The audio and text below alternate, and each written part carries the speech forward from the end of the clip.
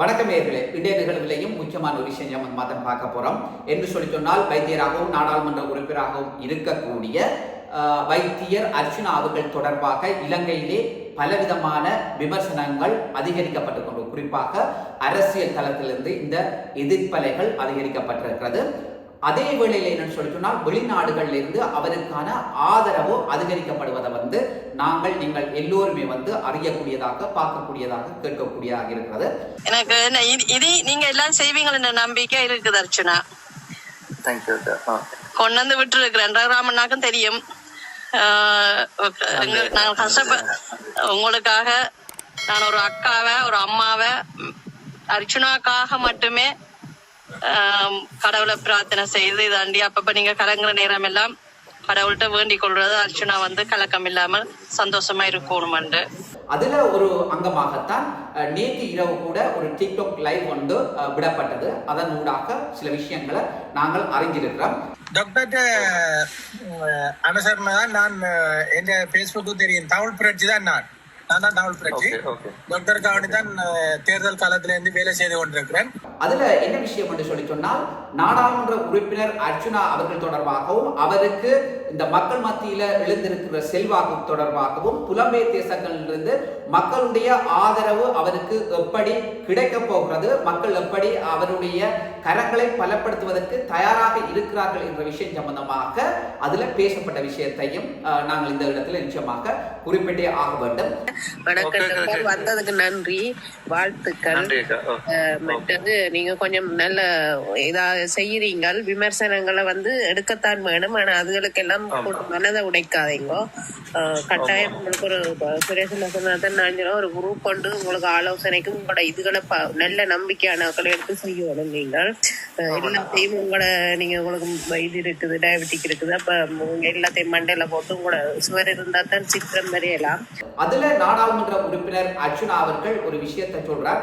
நாடாளுமன்ற பொது தேர்தலில் தான் நிச்சயமாக போட்டியிட்டு வென்றிருக்கிறேன்.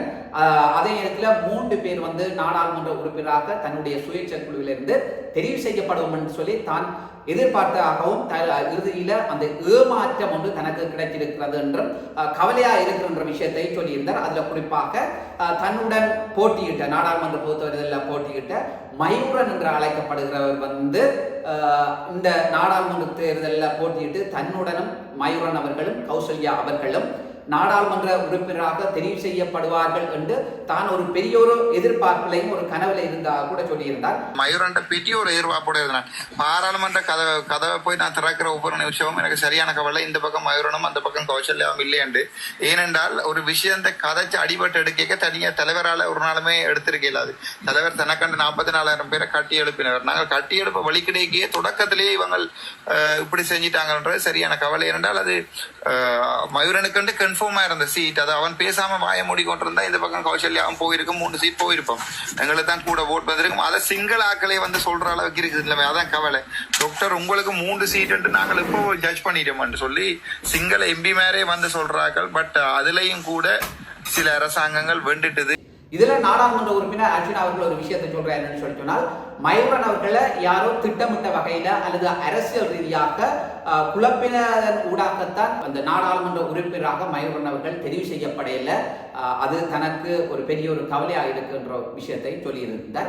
மயூரனுக்கு கொஞ்சம் காசு ஆசைக்கப்பட்டு என்னமோ தெரியல, ஏதோ பரவாயில்ல அவன் பினான்சியல் சிச்சுவேஷனோ என்னமோ தெரியல. பட் பிளான் பண்ணி அதுக்குள்ள அந்த லண்டன்ல இருந்து ஒரு டாக்டரால் இன்னொரு ஆளையும் ஒரு ஆளை ரக்கி, உங்களுக்கு தெரியும் பாலன் அவனையும் ரக்கி அது கடைசியா பிளான் பண்ணி நான் அந்த எல்லாத்துக்கு ஒரு பெரிய ஒரு டஃப் கொடுப்பேன் எதிர்பார்க்கிறேன். நான் அப்படி ஒரு இனிமையா இவ பார்ப்பேன். அரசியலும் தெரியாது தானே, இப்ப அரசியல் நல்லா விளங்கி கொண்டான். இனி எடுக்கிற ஒவ்வொரு குரூப்புகளுக்கெல்லாம் ஒவ்வொரு குரூப்லையும் ஆட் பண்ணிக்கல. நான் இப்போ பல குரூப்புகள் இருந்து நானே விளாத்திட்டேன். சில வாட்ஸ்அப் குரூப்புகள்ல இருந்து எல்லாத்தையுமே விளாத்தி பேர்கள் எல்லாத்தையும் மாற்றி கையை விட்டுட்டேன் நான். ஏனென்றால் தேவையில்லாம மேனேஜ் பண்றது சரியான கஷ்டம். ஒரு 10 பேர் உள்ள குரூப் ஒன்று இருக்கு, அதில் சுரேசனாவே ரவனாவே ஆட் பண்ணி விடுறேன். அதை விட புலம்பெயர் நாடுகள்லையும் எங்கட நாட்டிலையும் இருக்கிற பலர் வந்து அந்த டிக்டாக் தளத்தினூடாக அந்த லைவ்ல வந்து சொல்லியிருந்தீங்கன்னா வைத்தியர் உங்களுக்கு நாங்கள் எப்பவுமே சார்பாக இருக்கிறோம். ஏன்னு சொன்னால் நீங்க மக்களுக்கு செய்கிற சேவை அல்லது நீங்க துணிந்து செயல்படுற அந்த விஷயம் வந்து எல்லாமே எங்களுக்கு ரொம்ப பிடிச்சிருக்குது. அப்ப நீங்க எங்களுக்கு முக்கியமான ஒரு ஆள் தமிழினத்துக்கு. அப்ப நீங்கள் உங்களை பாதுகாத்து கொண்டாதான் நாங்கள் மிச்சமா இவ்வளவு கனவுகளோட நாங்களும் இதுகள் எங்களை காலங்கள் இழந்த நாங்கள். அப்ப அதால இன்னொரு ஆள் எங்களுக்கு வராதான்ற இயக்கத்துல இருக்கிறோம்.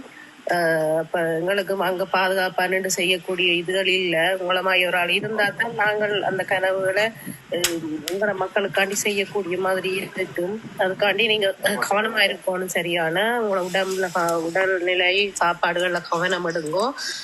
கதைக்கு பொது வழியில சில விஷயங்களை கதைக்கு இயலாது. நான் உங்களுக்கு மெசேஜ் கணக்க போட்டிருக்கேன், அடிச்சு நான் குழப்பம் இல்லை. ஆனா சில தகவல்களை உங்களுக்கு போட்டுருக்கு பார்த்துருப்பீங்க. இவ வந்து டாக்டர் வந்து நிலாராசி அன்னையாக்கிட அந்த கோயில் நிர்வாகத்துல இருக்கிறாளா? சரி, ஓகே.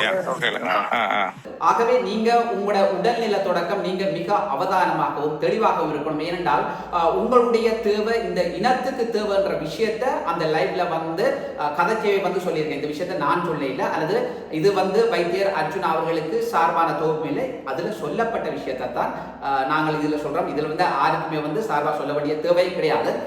அதுல இவர்கள் இப்படி எல்லாம் சொல்லி இருக்கிறார்கள். வணக்கம் டாக்டர், நான் நவீன் ஆஸ்திரேலியால இருந்து கலைக்கிறேன். உங்களுக்கு நிபந்தனையற்ற ஆதரவு வழங்குற ஒரு ஆள்ல நானும் ஒருத்தன். நீங்கள் உங்கள் உடல்நலத்தை பார்த்து கொள்ள வேண்டும். அதோட உங்களோட வேலைப்பளு எங்களுக்கு விளங்கும். அதால நான் தொடர்பு கொள்ளவே முயற்சிக்கல. ஏனென்றா நீங்கள் செய்ய வேண்டியது நிறைய இருக்கு. நீங்க தனி ஒரு ஆளா செய்து கொண்டிருக்கிறீங்க. என்னுடைய தனிப்பட்ட கருத்தும் ஒரு தனிப்பட்ட வேண்டுகோளும், நீங்கள் உங்களுக்காண்டு ஒரு நம்பிக்கையான ஒரு அமைப்பை உருவாக்கி அதனூடாக நீங்கள் பயணம் செய்ய வேண்டும். என்றால் நீங்கள் தனியே எல்லாத்தையும் சமாளிக்க முடியாது. அதுதான் என்னுடைய தனிப்பட்ட வேண்டுகோள். இருந்த போதிலும் நாடாளுமன்ற உறுப்பினர் அர்ஜுனா அவர்கள் இந்த இனத்துக்கு நிச்சயமாக தேவையான ஒருத்தர் என்கிற விஷயத்தையும் அந்த ஒலிப்பதவின் ஊடாக கேட்கக்கூடியதாக அறியக்கூடியதாக இருந்திருக்கிறது. அர்ஜுனா பெரிய கேட்ட சந்திக்க வந்து அவனை சந்திக்க முடியல, தொடர்பு கொள்ள முடியல. பக்கத்து கிராமத்துக்குலாம் நின்று நீங்கள் அப்ப அந்த மழை நேரம் பொட்ட நேரம் சந்திக்க முடியல. வரணில இதுக்கு இல்ல வாதரவத்தை கலண்ட நீங்கள். ஆனா எனக்கு இன்டர்நெட் கனெக்ஷன் சரியான முறையில இல்லாதபடியா நீங்க அங்க நிக்கிறது எனக்கு தெரியாம போயிட்டது. சந்தோஷம் அர்ஜுனா. என்ன எதிர்பார்த்தனோ அந்த இடத்துல கொண்டாந்து விட்டு இருக்கிறோம்ன்றதுல எனக்கு பெரிய சந்தோஷம். உங்களால அறிமுகப்படுத்தப்பட்ட தளத்துல போய் தவறாவே எழுதுறதுக்கு அந்த பக்கம் போறதே இல்ல.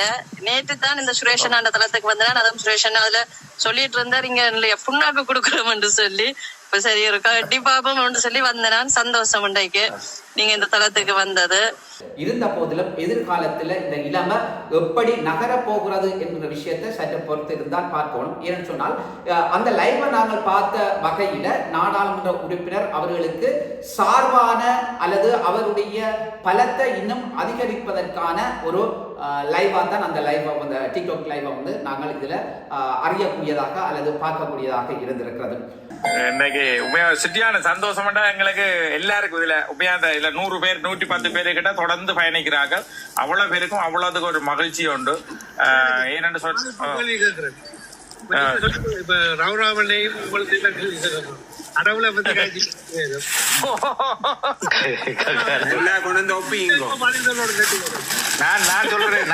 நான் இதுக்கு பதில் சொல்றேன். எது நடக்க வேணுமோ அதுக்கு யாரு காரணமும் இல்ல, அது தானா நடக்க வேண்டிய நேரங்கள்ல நடந்தே ஆகும். இதான் என்னுடைய இப்பத்த முடிவு. விதி என்றது கண்ணதாசன் சொன்ன மாதிரி விதி 75%, முயற்சி மிச்சம் 25%. நல்ல சொந்தங்களே, மீண்டும் ஒரு தொகுப்பினூடாக உங்கள் அனைவரையும் சந்திக்கின்றேன். நன்றி, வணக்கம்.